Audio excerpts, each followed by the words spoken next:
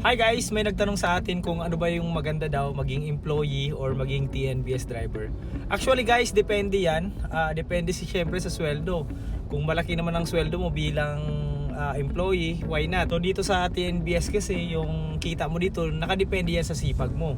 Ang maganda lang dito sa pagiging TNBS driver, so hawak mo yung oras mo. So anytime pwede ka bumiyahe and anytime pwede ka rin umuwi ng bahay.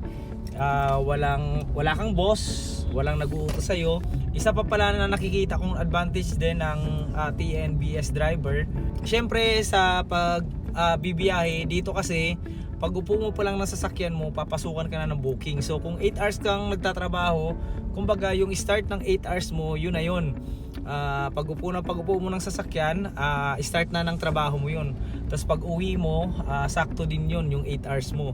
Sa employee kasi, kung employee ka, yung 8 hours mo na pagtatrabaho ay hindi yan 8 hours. Kasi nga, papasok ka pa, bibiyahe ka pa, tapos uuwi ka pa, magko-commute ka pa. Syempre traffic yan. So minsan magkukonsume ka dyan ng 1 oras papasok, minsan 1 kalahating oras pa uwi. So depende yan sa layo ng trabaho mo. So, ako kasi guys, 10 years ako naging employee din.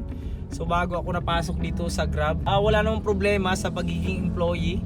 Kung masaya ka sa ginagawa mo, kahit saan ka naman ilagay and okay naman yung income mo. Dito naman sa pagiging TNBS driver, may mga risk din naman to. Araw-araw ka nasa kalsada. So syempre, pag araw-araw kang nasa kalsada, delikado rin. So hindi katulad ng pagiging employee din, safe ka naman dun sa company mo. And wag na natin pag-usapan yung kung tatagal yung company, ganun din naman dito sa pagiging TNBS driver, hindi mo rin alam din kung hanggang kailan to tatagal. Ganun din naman sa pagiging employee, hindi mo rin alam kung hanggang kailan tatagal yung company mo. So sa mga nagtatanong kung ano ba yung maganda, syempre parehas maganda yan. Depende na lang yan sa iyo kung masaya ka dyan sa ginagawa mo. Basta kung masaya ka sa ginagawa mo at sapat naman sa iyo yung kinikita mo, so pwede ka naman dyan kung saan ka man, employee man or TNBS driver. Ang importante, kumikita tayo and nakakapag-provide tayo sa ating pamilya. So yun naman talaga ang mahalaga, kahit saan ka naman ilagay, basta masaya ka and kumikita ka, okay yun, wala namang problema.